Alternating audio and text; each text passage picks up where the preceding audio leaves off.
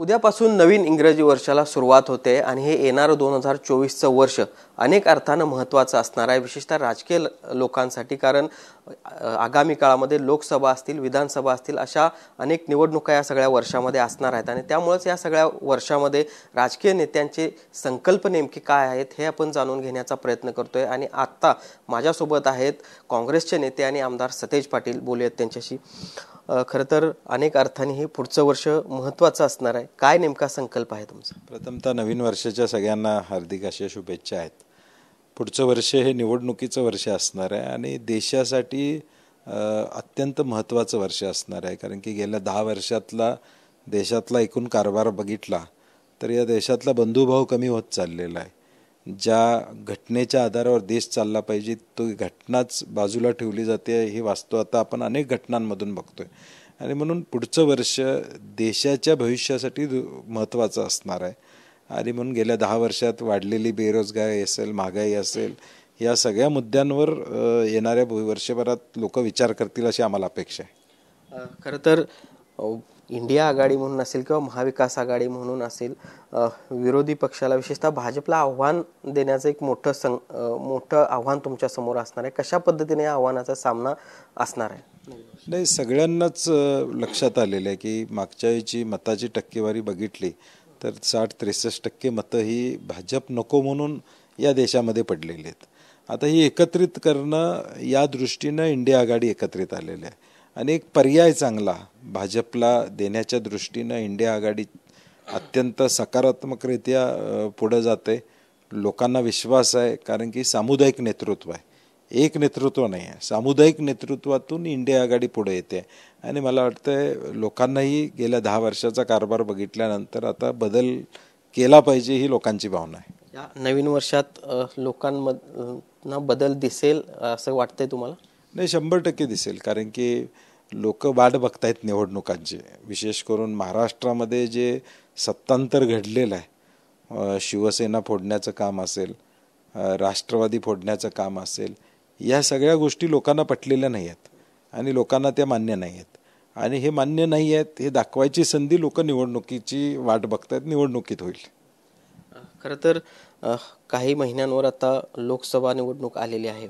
महाविकास आघाडी म्हणून कशा पद्धतीने सामोरं जाणार आता? कारण दावा केला जातोय भाजपकडून की महाविकास आघाडीमध्ये या सगळ्या जागा वाटपावरून कुठेतरी कलगीतुरा रंगलेला आहे, वाद होत आहेत. नाही, प्रत्येक पक्षाला वाटतं की आपले जास्त उमेदवार असावेत, आपले जास्त लोकप्रतिनिधी असावे, हे प्रत्येक पक्षाला वाटणं अपेक्षित आहे. ते काय त्यात गैर नाही. परंतु महाविकास आघाडी भक्कम आहे. जागा वाटपात काँग्रेसचे आमचे नेते मंडळी काँग्रेसच्या वरिष्ठांशी बोलून आम्हाला कुठल्या जागा पाहिजेत हे सांगितलेलं आहे आणि कुठलाही वाद महाविकास आघाडीमध्ये होणार नाही. किंबहुना तो वाद महायुतीमध्ये चालू आहे. आता आपण बघतोय की शिंदे गटांना किती जागा मिळणार, राष्ट्रवादीला किती जागा मिळणार याची खलबतं चालू आहेत.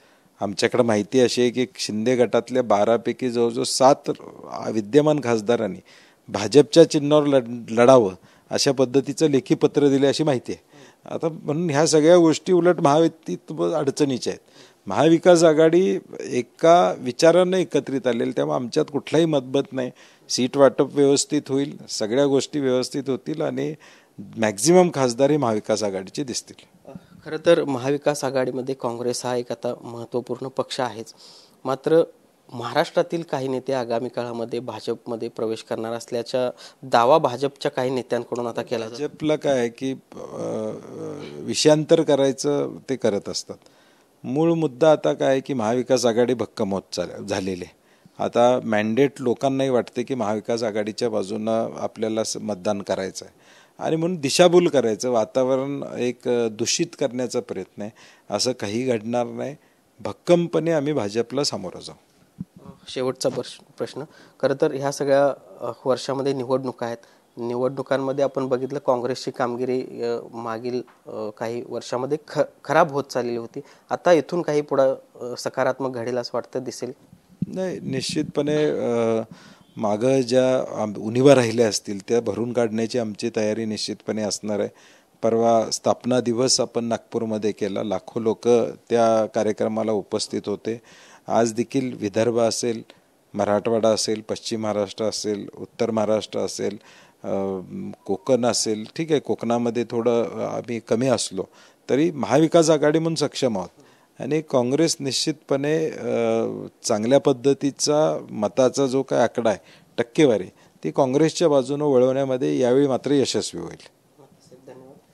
तर पहिला आपण हे होते काँग्रेसचे नेते सतेज पाटील. खरं तर गेल्या काही वर्षांमध्ये निवडणुकाच्या अनुषंगानं पक्षामध्ये ज्या काही उणिवा आहेत त्या नक्कीच या नवीन वर्षामध्ये भरून काढल्या जातील आणि त्यातून पक्षाला देखील चांगलं यश मिळेल असा एक विश्वास या निमित्तानं सतेज पाटील यांनी व्यक्त केला आहे. व्हिडिओ जर्नलिस्ट सुनील काटकरसह भूषण पाटील, TV9 मराठी, कोल्हापूर.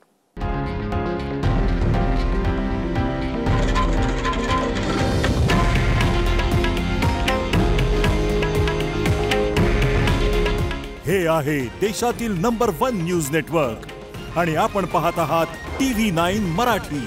काळजी तुमची, हित महाराष्ट्राचं.